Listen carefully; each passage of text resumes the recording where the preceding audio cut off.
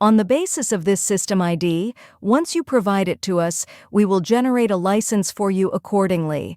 So I have already had the license generated by the team based on this ID. That's why our license is device-specific, because each device has a unique system ID. The ID of each device where you deploy the threat hawk will be different. System ID get picked up automatically.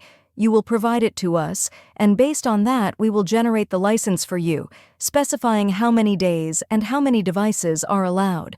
So I have created key and added it. The license is now activated, and it has taken you to the Create User page. Let's create a user here. This brings us to the Login page. After logging in, we reach the Dashboard page. After this main page, we have a manual. This is the document we share with our partners, which is an all-in-one document containing links to all the necessary documents.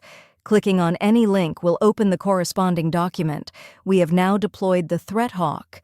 The next step is the checklist. After deployment, we must follow the checklist and complete all necessary requirements before handing over the setup to the user. I clicked on the Deployment Checklist manual, and it opened. This checklist mentions all the points I discussed during deployment, such as which ports are open. You need to confirm these details, as they are mentioned here. Regarding troubleshooting, if something gets stuck while loading, you will run the command pip3 install to recheck the requirements and move forward. Now let's look at the post-deployment checklist. We have confirmed the first point, that is activated license, created a user, and logged in and accessed the dashboard.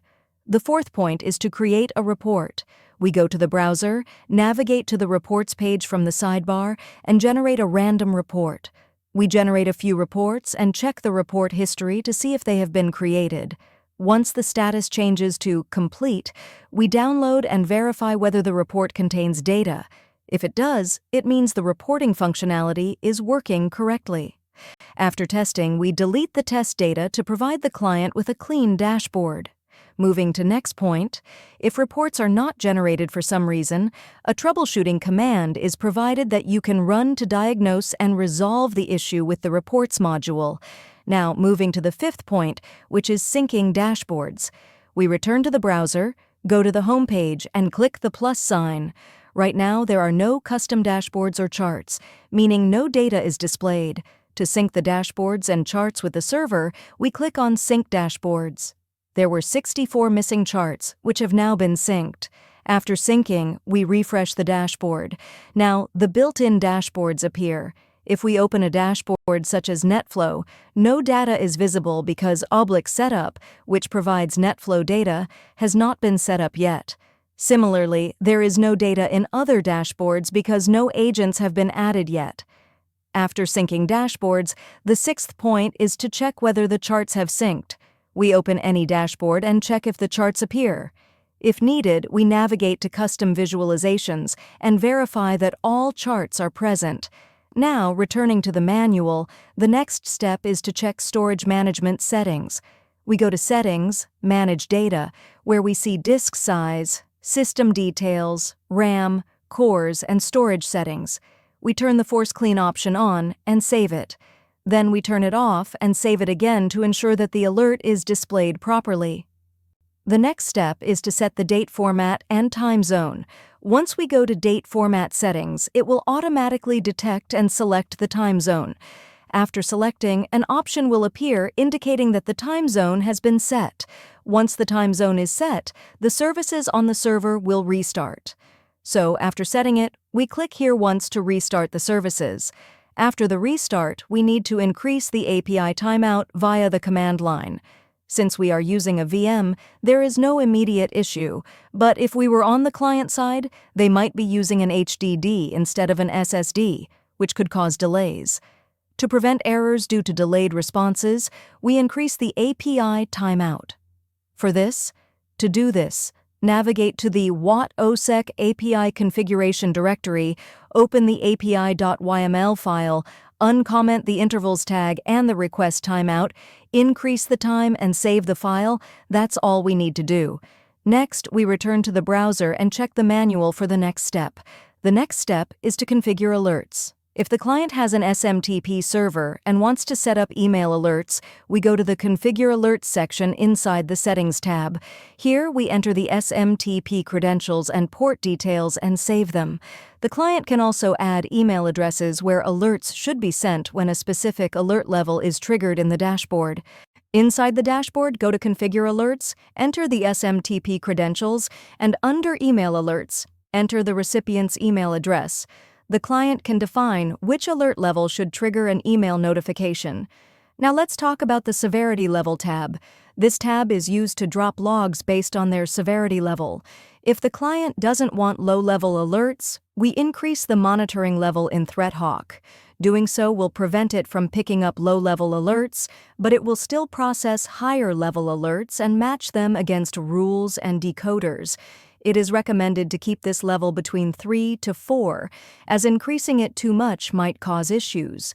Many alert rules are based on low-level logs. For example, authentication failure rules work as follows. If 1 to 2 authentication failures occur, a low-level alert is generated. If 3 to 4 failures occur, it becomes a high-level alert. If 5 to 6 failures occur, it becomes a critical alert. This threshold is built upon low-level alerts. If you increase the monitoring level too high, low-level alerts won't trigger, which means medium, high, and critical alerts will also not trigger. The next step in the manual is to verify the modules in the Modules tab in Settings. We can configure module setting according to client's needs. The session timeout can be increased in Settings. Setting it to 2 hours prevents frequent expirations. Verify all the modules. In the Modules tab, ensure the Raw Logs toggle is on to see the Raw Log tab in the Discover section. So let's move on to our next point. The next point we have is how we will set up notifications. We go to the Notifications tab, and from there, based on the user or client preferences, we will enable or disable notifications accordingly. So I will turn it on here. This is the user login notification. If the user login notification is enabled, then what will happen is that if someone else logs in using my username on another dashboard or device, or if a new user logs in, I will receive an alert that a new login has occurred inside the dashboard. After that, I will go back to the manual and check what our next point is. The next point is Session Timeout, which we have already set to 2 hours. Then, the next point we have is how to set up SizeLog. The last point is about agentless devices, so that these devices can forward logs to the ThreatHawk system. For this, we will go to the Integrations tab. Scrolling down, you will find the SizeLog setup page. There is some dummy data given here. You can use any port, but by default, the SizeLog port is 514. We will set the protocol to UDP and enter the IP of our server here. After providing this IP, we will add the allowed IPs here, which are the IPs of your agentless devices. There are 2 options. Number 1, you can whitelist an entire network, e.g., 192.168.0.0, followed by the subnet. Number 2, you can specify individual IP addresses. You can add multiple IPs at the same time. For now, I will set it as a whitelist, meaning it will accept data packets from any network or subnet. Once done, click Save, and the ThreatHawk will restart. Now, I will restart it. A request has been sent, and after restarting, syslog will be set up in the system. After refreshing the page, if the dummy IP is no longer there, it means the setup is complete. After that, this integration scenario ends. Now you can see that it has performed a vulnerability scan on itself. It has found some vulnerabilities in Ubuntu. These are OS vulnerabilities or issues within Ubuntu's own files. If you update Ubuntu, these vulnerabilities will start getting resolved gradually. When you run the vulnerability scan again, the resolved issues will be cleared and only the remaining ones will appear. Our next step is adding agent-based devices. For agent-based devices, click on Add Agent, then go to the Agent List section.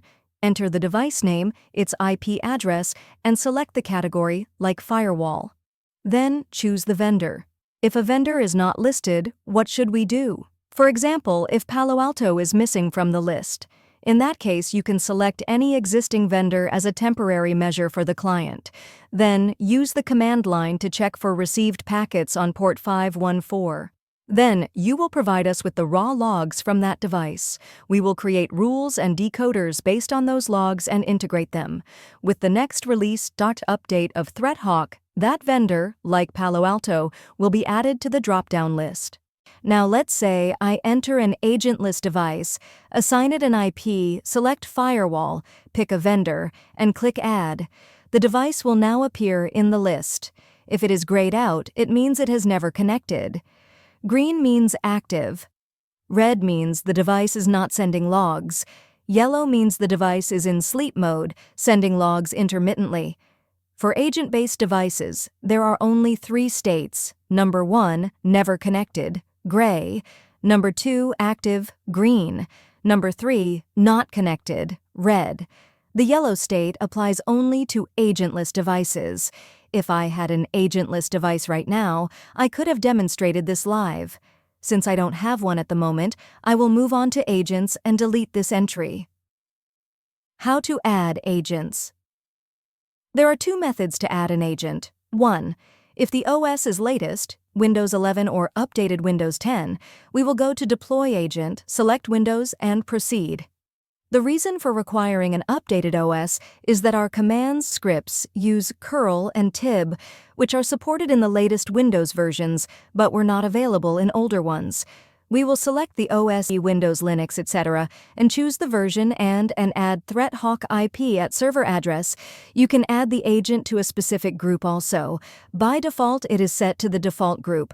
However, let's say you have an account office in your building and you want to create a separate group for its agents. You can create and save a group named Account Office.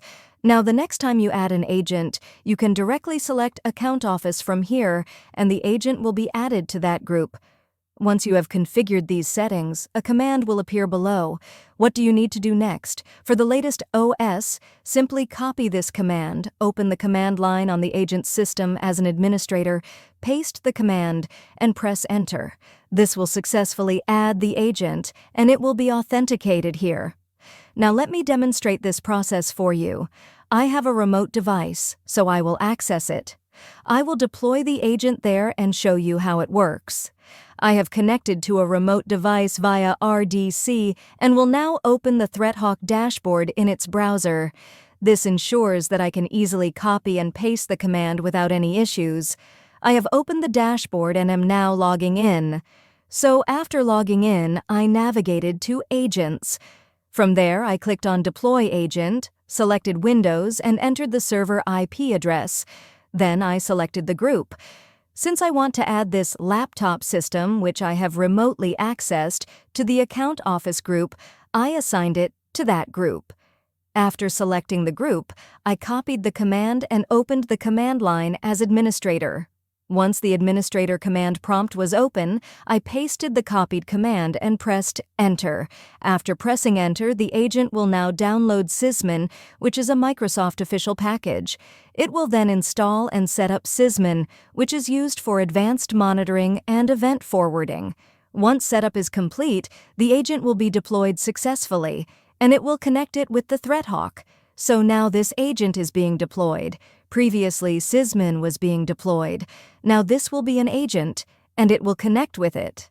Now see, it has started. A valid key has been received, so it has been added. Now that it has been added, let's confirm it. You will refresh this page here, and the Windows agent has been added. In a second, it will turn green. Right now it is red, and now it has turned green. Now, if you go into its details, let's check if alerts are coming in. Yes, see, alerts have started generating. Now these other fields are empty because it is still scanning. You can check the status of those scans by going to Stats. So when you go to Stats, you will see that data is being populated, and it currently says Not Found. The vulnerability scan is in progress. Over time, all the data will start populating here. If, for any reason, the script does not run, or the agent installs but does not run, what should you do? You will go to the C drive, where the agent or any software is installed by default. So go to the C drive, then into the Program Files x86 folder, and inside you will find a folder named OSEC Agent. Open this folder, scroll down, and find winwy32.x. Open this file, and it will launch the agent. If, for any reason, the agent is not running, you can check its IP to confirm whether it is correct or not. Then you can go to Manage and restart the agent. If it still does not connect, go to View, then View Logs, and check the logs for errors preventing the agent from being added to the server. So this was the process of deploying an agent on the latest OS using a script. The second method is through setup files. If an OS is old, does not support these commands, encounters errors, or if the client has disabled internet access on the agent device and does not wish to enable it, then we use the offline setup method. For this, you will log into the ThreatHawk dashboard from a device that has internet access. Download the appropriate agent setup based on your OS. For example, since this is a Windows device, I have downloaded the Windows agent. Once downloaded, it will be in a zip file. Extract the file. After extraction, you will get a folder named SIEM Agent. The installation is automated via a script, just like before. Navigate to the directory where you extracted the files. Copy the path from the top, open the command prompt with administrator privileges, and change the directory to the extracted folder. Then type dir to view the files. You need to run the deployment script. To do so, type the script name, followed by a space, then enter the server's IP address, ThreatHawk's IP. You can copy it from the dashboard. If you want to assign it to a specific group, enter the group name after the IP. If the group exists, the agent will be added to that group. Otherwise, it will be added to the default group. If you do not specify a group name, it will automatically be added to the default group. Once the command is entered, press Enter to run the script. The script will install and configure the agent automatically. Now, as you can see, the script checked for Sysmin and proceeded with the installation. However, since this device already has the agent installed, it displayed an alert, SIEM agent installed successfully and already installed. The script then exited with an error because the agent was already present. These were the two methods for adding agents. The same methods apply for Ubuntu, CentOS, or Red Hat. Now let's go back to the browser and refresh the page, and the agent will appear in the list. Get to know about us by visiting our website, and follow us on YouTube, Instagram, and LinkedIn.